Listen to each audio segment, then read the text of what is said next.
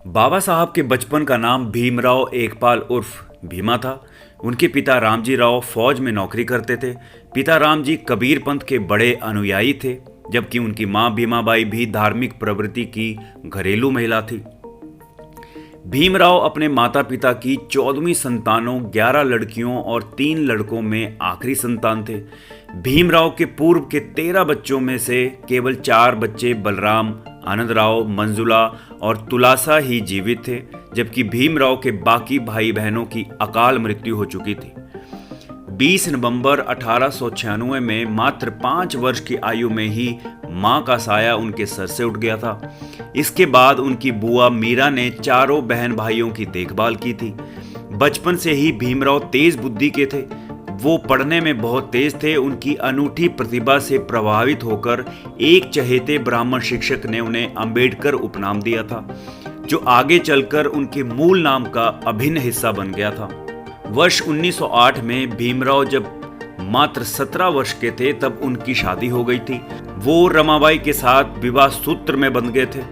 तब रमाबाई की उम्र महज 14 वर्ष थी। शादी के बाद भी डॉक्टर भीमराव ने विदेश जाकर उच्च शिक्षा ली और फिर देश लौटकर सेवा में लग गए। अंबेडकर अपने समय के सबसे ज्यादा पढ़े लिखे संसद सदस्य थे। वो भारत के पहले कानून मंत्री बने। डॉक्टर बाबा साहब अंबेडकर का वास्तविक सरनेम अंबाबडेकर था, लेकिन उनके टीचर महादेव अंबेडकर, जो उन्हें बहुत मानते थे, उन्होंने स्कूल रिकॉर्ड्स में उनका नाम अंबाबडेकर से अंबेडकर कर दिया। अंबेडकर गरीब ब्राह्मण छात्रों की भी खुलकर मदद करते थे। वो कहते थे कि सभी गरीब दलित ही हैं जिन्हें सामाजिक सुविधाएं नहीं मिल सकी। भारतीय लेबर कॉन्फ्रेंस के 7वें सेशन में अंबेडकर ने भारत में काम करने के घंटों को 14 से घटाकर 8 कर दिया था। बाबा साहब अंबेडकर विदेश जाकर अर्थशास्त्र में डॉक्टरेट की डिग्री हासिल करने वाले पहले भारतीय थे। डॉक्टर अंबेडकर ही एकमात्र भारतीय हैं जिनकी प्रतिमा लंदन म्यूजियम में कार्ल मार्क्स के साथ लगी हुई है। भारतीय तिरंगे में अशोक चक्र को जगह देने का श्रेय भी डॉक्टर बाबा साहब अंबेडकर को जाता है। विश्व में जिस नेता के ऊपर सबसे अधिक गाने और किताबें लिखी गई हैं, वो डॉक्टर बाबा साहब अंबेडकर हैं। महात्मा गांधी का मानना था कि बाबा साहब 500 स्नातकों तथा हजारों विद्वानों से भी अधिक बुद्धिमान हैं। दुनिया में सबसे अधिक स्टैच्यू बाबा साहब के ही हैं। उनकी जयंती भी पूरे विश्व में मनाई जाती है। डॉक्टर बाबा साहब अंबेडकर ने भगवान बुद्ध, संत कबीर और महात्मा फुले, इन तीनों महापुरुषों को अपना गुरु माना है। विश्व में हर जगह बुद्ध की बंद आंखों वाली प्रतिमाएं एवं पेंटिंग्स दिखाई देती हैं, लेकिन बाबा साहब जो उत्तम चित्रकार भी थे, उन्होंने सर्वप्रथम बुद्ध की ऐसी पेंटिंग्स बनाई थी जिसमें बुद्ध की आंखें खुली थी। बाबा साहब का पहला स्टैच्यू उनके जीवित रहते ही 1950 में बनवाया गया था और ये स्टैच्यू कोल्हापुर शहर में है।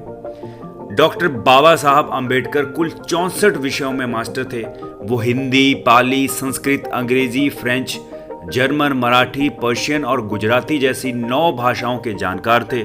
इसके अलावा उन्होंने लगभग 21 साल तक विश्व के सभी धर्मों की तुलनात्मक रूप से पढ़ाई की थी। बाबा साहब ने लंदन स्कूल ऑफ इकोनॉमिक्स में 8 वर्ष में समाप्त होने वाली पढ़ाई केवल 2 वर्ष 3 महीने में पूरी की थी।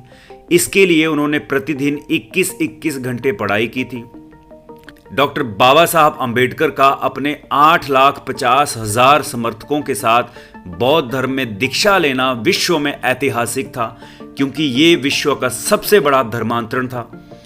बाबा साहब को बौद्ध धर्म की दीक्षा देने वाले महान बौद्ध भिक्षु महंत वीर चंद्रमणि ने उन्हें इस युग का आधुनिक बुद्ध कहा था। लंदन स्कूल ऑफ इकोनॉमिक्स से डॉक्टर ऑल साइंस नामक अनमोल डॉक्टरेट की पदवी प्राप्त करने वाले बाबा साहब विश्व के पहले और एकमात्र महापुरुष हैं। कई बुद्धिमान छात्रों ने इसके लिए प्रयास किए, परंतु वो अब तक सफल नहीं हो सके। अपने आखिरी दिनों में बाबा साहब को डायबिटीज की गंभीर समस्या हो गई थी। 6 दिसंबर 1956 को अंबेडकर की मृत्यु हो गई थी।